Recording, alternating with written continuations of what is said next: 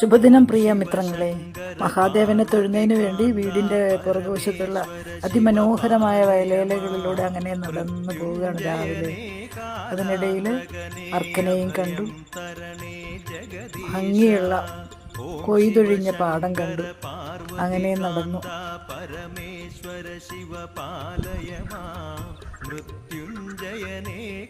തൃക്കൈക്കുളം അമ്പലത്തിൻ്റെ കുളമാണ്. അവിടുന്ന് നടന്ന് കയറിയാൽ മഹാദേവൻ്റെ അമ്പലമാണ്. ഇന്നു മുതൽ അവിടെ ഉത്സവം നടക്കുകയാണ്. നീണ്ട നോട്ടീസുകളൊക്കെ അവിടെ അങ്ങനെ പ്രദർശിപ്പിച്ചിട്ടുണ്ട്. അമ്പലത്തിൽ വർക്കുകൾ നടക്കുന്നുണ്ട്. കൊച്ചു തിരുമേനി നല്ല തിരക്കിലാണ്. വൈകുന്നേരം കലാപരിപാടികളൊക്കെ ആരംഭിക്കേണ്ടതാണ്.